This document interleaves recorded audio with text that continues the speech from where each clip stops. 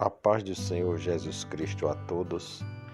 1 João capítulo 3, versículo de número 4, diz assim: todo aquele que pratica o pecado também transgride a lei, porque o pecado é a transgressão da lei. A lei de Deus dada ao homem como regra de vida.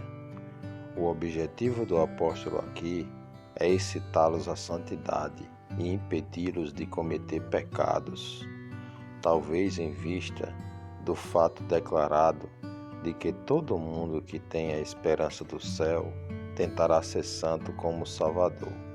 Para confirmar isso, ele mostra a eles que, de fato, aqueles que são nascidos de Deus levam uma vida de obediência, e isso ele introduz mostrando qual é a natureza do pecado. No versículo diante de nós, as considerações pelas quais ele os impediria de se entregar ao pecado são as seguintes: todo pecado é uma violação da lei de Deus. Versículo 4. O próprio objetivo da vinda de Cristo era libertar as pessoas do pecado. Verso 5. Aqueles que são cristãos verdadeiros não pecam habitualmente. Versículo 6.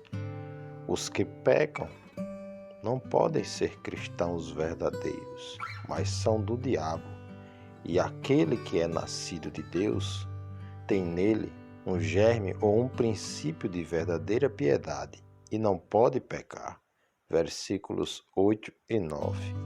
Evidentemente que o apóstolo está aqui combatendo uma opinião que então existia para que as pessoas pudessem pecar e ainda serem verdadeiros cristãos. E ele percebeu que havia perigo de que essa opinião se tornasse predominante. Verso 7. Em que base esta opinião foi mantida é desconhecida.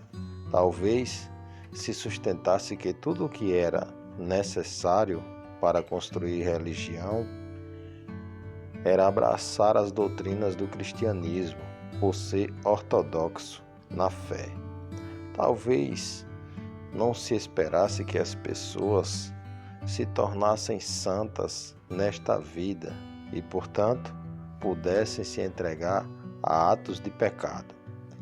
Talvez também que Cristo tenha vindo para modificar e relaxar a lei e que a liberdade que ele adquiriu para eles fosse a liberdade de se entregar ao que quer que as pessoas escolhessem. Talvez que, como os cristãos fossem herdeiros de todas as coisas, tivessem o direito de desfrutar de todas as coisas. Talvez também que as paixões das pessoas fossem tão fortes que não pudessem ser contidas e que, portanto, não era errado dar indulgências às proporções com as quais nosso Criador nos formou. Todas essas opiniões foram mantidas sob várias formas de antinomianismo, e não é de todo improvável que algumas ou todas elas tenham prevalecido no tempo de João. O argumento que ele recomenda seria aplicável a qualquer um deles. A consideração que ele declara aqui é que todo pecado é uma transgressão da lei e que quem o comete, sob qualquer pretexto, deve ser considerado transgressor da lei. A tradução literal desta passagem é: aquele que comete pecado também faz transgressão. Pecado é o termo genérico que engloba tudo que estaria errado.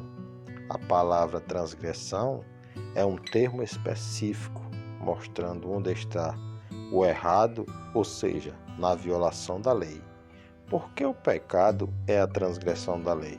Ou seja, todo pecado envolve isso como consequência de ser uma violação da lei. O objetivo do apóstolo não é tanto definir o pecado, mas impedir sua comissão, declarando qual é a sua natureza essencial. Embora ele tenha de fato dado a melhor definição que poderia ser dada, a ideia essencial é que Deus deu uma lei às pessoas para regular sua conduta e que qualquer que seja o afastamento dessa lei, de qualquer forma, é considerado pecado. A lei mede nosso dever e, portanto, mede o grau de culpa quando não é obedecida. A lei determina o que é certo em todos os casos e, é claro, o que é errado quando não é cumprido. A lei é determinada o que devemos amar ou não, quando nossas paixões e apetites serão limitados e contidos, e até que ponto eles serão satisfeitos.